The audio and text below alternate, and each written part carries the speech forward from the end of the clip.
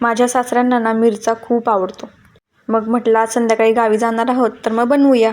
मग काय घेतली तयारी करायला. पहिल्या मिरच्या खुडून घेतल्या आणि मग मोठे 4 कांदे घेतले. आणि ना हे कांदे चिरायचे म्हणजे ना लय वैताग असतो. डोळ्यांची नुसती आग होऊन जाते.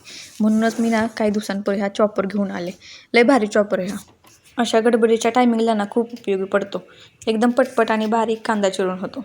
हे असे तुकडे करायचे आणि टाकायचे त्याच्यात. कसं आहे ना, कुठली पण गोष्ट सहज मिळत नाही ना, थोडेफार कष्ट तर करावेच लागणार ना. मग काय असं पॅकला करायचं झाकण आणि असं वडायचं खसा खसा खसा खसा. चांगलं जेवल्यावानी जरा वडायचं. बघा कसा कांदा लगेच बारीक होतो.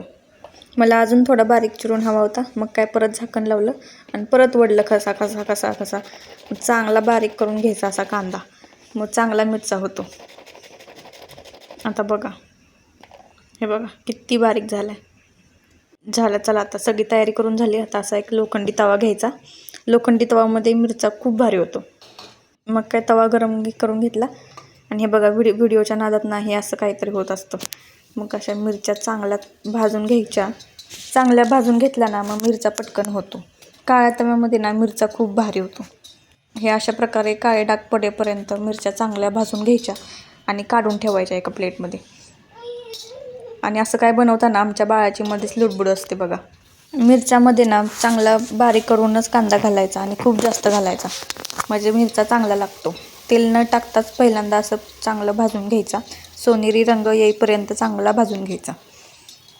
आणि हे कांदा भाजेपर्यंत ना आपण बाकीची तयारी करायची. बाकीची म्हणजे काय, कोथिंबीर चिरून घ्यायची.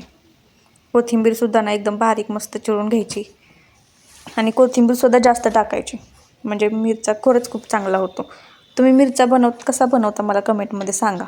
मला ना हा मिरचा बनवायला माझ्या सासूबाईंनी शिकवलं.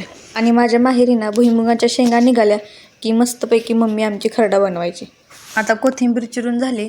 आता तीसुद्धा त्यामध्ये मिक्स करायची आणि चांगली परतून घ्यायची. हे असं सगळं ना चांगलं भाजून घ्यायचं. चांगलं एकजीव करून घ्यायचं. आणि त्या भाजलेल्या मिरच्या होत्या ना त्यासुद्धा त्या चॉपरमध्ये टाकायच्या आणि अशा ओबडधोबड बारीक करून घ्यायच्या. जास्त बारीक करायच्या नाहीत. ह्या चॉपरमुळं ना खरंच खूप हलकं काम होतं. मिक्सर लावायची गरज नाही लागत सारखी. आता बघा मिरच्यासुद्धा किती छान चॉप झालेल्या आहेत. आता चवीनुसार मीठ टाकून घ्यायचं आणि चांगलं पुन्हा परतून घ्यायचं. मी ना थोडं मीठ जास्त टाकलं आहे, कारण माझ्या सासऱ्यांना ना थोडं जास्त मीठ लागतं. आता त्या बारीक केलेल्या मिरच्या टाकायच्या त्याच्यामध्ये आणि ते सुद्धा एक चांगलं एकजीव होईपर्यंत परतून घ्यायचं. हे बघा, हे अशा पद्धतीनं चांगलं परतून घ्यायचं. आता मेन पार्ट म्हणजे शेंगदाण्याचा कूट. तो सुद्धा शेंगदाण्याचा कूट थोडासा घालायचा आणि 5 ते 10 मिनिट चांगलं परतून घ्यायचं. आणि अशा प्रकारे आपला मिरचा तयार आहे. तुमच्याकडे कोणत्या पद्धतीने बनवतात मला कमेंटमध्ये सांगा. आणि व्हिडिओ आवडला असेल तर नक्की लाईक करा आणि सबस्क्राईब करायला विसरू नका. बाय.